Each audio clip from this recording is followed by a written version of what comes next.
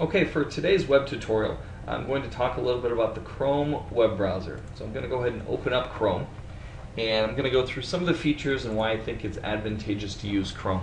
First of all, you'll notice when I open it up, it's a little bit cleaner as far as giving you more screen real estate. You know, you can see at the top here the toolbar is not very large, and you can see right when I opened up there are several tabs that are open. That's because I have it set to reopen with the same tabs I had open the last time I was in Chrome. So you know that's a feature I can show you where that setting is in a little bit. The tabs are a big part of what makes Chrome kind of nice. First of all, they're very easy to add. You just add by clicking on the plus button or using Control T, which you can't see, but I'm using on the keyboard, and just using that keyboard shortcut, it will add a tab. You can see when I added a new tab, it gives me this home screen. And every time I add a tab, it'll give me that same screen. What that screen shows me is it shows me my apps. So it's going to show me any apps that I've downloaded from the Chrome Web Store. It's also going to show me the most visited sites on my browser. And just by clicking that, I can see thumbnails of those sites to see a little bit more information about them. And then it shows the recently closed sites that I was on the last time I was on Chrome. So the apps, one nice thing about the apps is, again, these were all free apps, and what they do is they kind of give you access to things that maybe, some of them are as simple as just bookmarking sites, and those aren't real effective, but some of these do a little bit more. Like, for example, the offline Google Mail. What that does, it's actually an application that you can open when you're not connected to the internet, and it will show you your Gmail inbox, and you can actually respond to emails, click send, and the next time you sync that computer with the internet, it will send all of those emails. So for example, if you're on the train commuting back home from work, that's a very helpful application. The TweetDeck application, the nice thing about that is instead of going to the desktop version of it, it just opens in a web browser.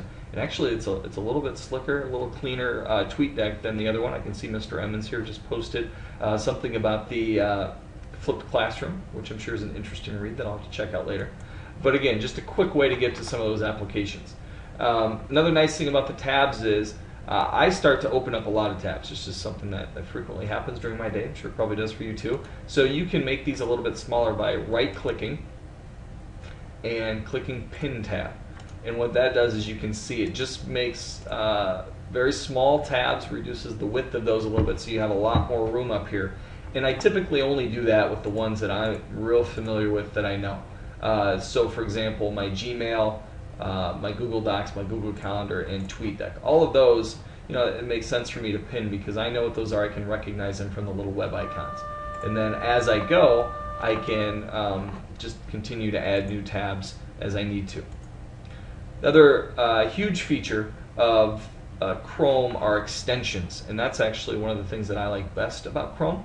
And you can see over here I have a number of different things that are extensions. So let's just go to YouTube, and let's go to, I heard this weekend there was something going on Wall Street, so let's check that out. So I'm just going to type in Wall Street protests, and you'll notice right away my YouTube probably looks a little bit different than yours because I use an extension called Clean. And what that does, it just really whites out the screen and gets rid of everything except for what I want to look at. So, if I want to look at this video, you'll see that it whites out everything else in the screen except for the search bar. So I'm not seeing all of the comments, all of the related videos, as sometimes you might have realized those are a little bit inappropriate, maybe not what you want the kids, what you want your students to pay attention to as you're showing something. Now sometimes there are some good things there. Maybe you do want to look at the comments or make comments with your class, or you do want to look at a related video. You can just simply click that and it will show you those. But it does clean up and get rid of all the advertisement on the screen. So that's an extension that you don't even have to click. As long as you have it installed, it's going to automatically work.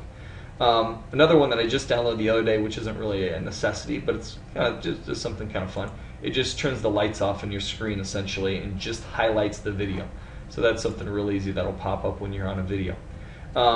Some of these other extensions that I have, just to walk through more quickly. This is a screenshot extension. Screenshots are something there's a lot of different ways to do, but this is a very simple and direct way to take a screenshot. So if I just click this, capture entire page, it's going to take a picture of the screen, and then it's going to give me some options. I can annotate the screen. So if I want to show people, this is where you search for movies. This is where you sign in, and I want to show people how to do that. I can type.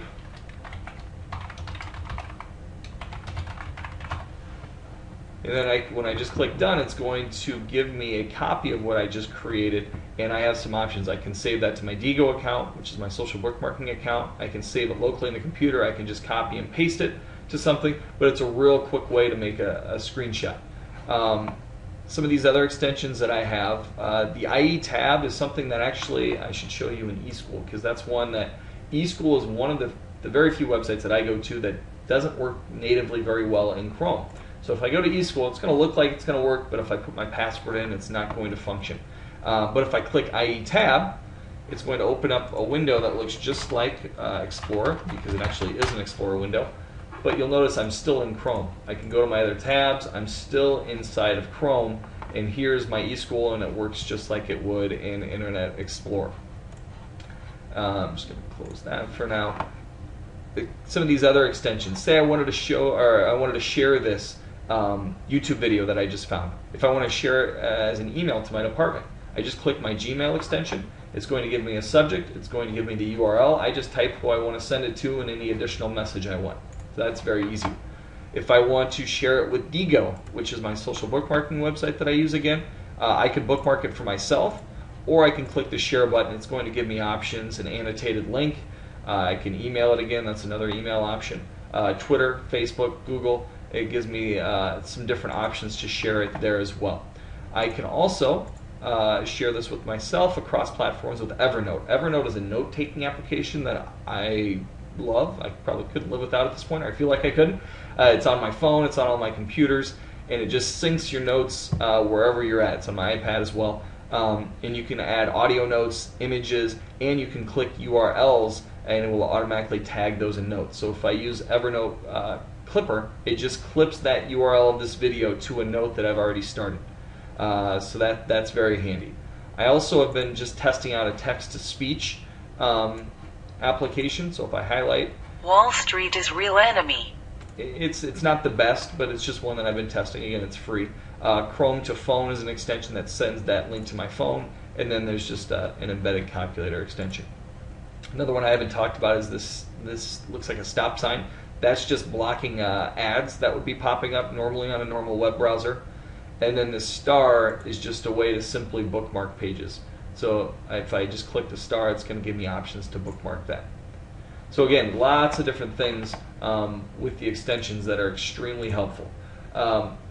Another thing that I wanted to talk about real quick with Chrome is what they call the Omni box, which is the URL box, the search box. It's everything kind of all in one instead of having separate boxes like they do in some browsers. So if I start typing in a website like Blogster, you can see it's automatically loading the website. I haven't even clicked that that's the right search for me, but it assumed it is because it's something I've been doing on my computer before. Also, it will at the same time search Google. So if I'm just arrowing down and highlighting that, it's going to preload that in the background, the Google search. So without even clicking on it, I can see, no, that's not what I wanted. Maybe I wanted to Google search blog. That's not what I wanted. This is the one I wanted. And I can see that in the background before I even click enter. As soon as I click enter, the site's already loaded in the background. So that's a really, really nice feature of Chrome. Now there is something you have to actually adjust in the settings to get that to work, and I'll show you that now. All of your settings in Chrome are just under this wrench. So if you click the wrench and click on Tools, you can see Extensions. And just to show you that real quick, those are all the extensions I've loaded. I went through most of them with you very quickly, and there's a lot more on the Chrome Web Store that are available. I'll show you in a minute. But if I wanted to show you the options to kind of set up your own Chrome web browser, you click on Options in the wrench, and then the basics. And here's where I was just mentioning I've enabled instant for faster searching. That's where it's going to preload that page. So let me show you the difference. If I uncheck that and we do that same search for Blogster, you'll see kind of, whoops, probably what you're used to. where it's going to give me the same exact options, but it's not preloading the web page behind. So if I have to kind of think, oh, is this what I wanted? And I have to know what I'm going for, which is what we're typically used to in a browser, and it will take a little bit longer to load. So again, if I close this and I simply check this to enable, which I would recommend everyone doing, and I do that same search again, you can see again, just by highlighting it, it's preloading. I hit enter and it's already there. So you can see it just speeds up things a little bit and gives you some more options. Also, this will give you the options as far as how you want Chrome to start up. Again, I started by reopening the pages that were open last. You can start it up however you want, and this gives you those options. Another huge feature of Chrome, if you're using multiple computers, which I think most of us probably are between home and our laptops here at school, it allows you to sync your Chrome settings. So just by logging into your Google account, which I do just with my school account, if I log in with that same account at home, I'm going to see all of the same extensions, all of the bookmarks, all of these settings that I've kind of gone through with you here will be on my home Chrome browser as well. So there you go. There's several of the features of Chrome. There's actually a lot more. We didn't really get into going into the Chrome Web Store very much, which is where you get those apps and extensions, but that's something you can certainly explore. Or of course, if you have any other questions, please don't feel free to give me a call or send me an email. Thank you very much.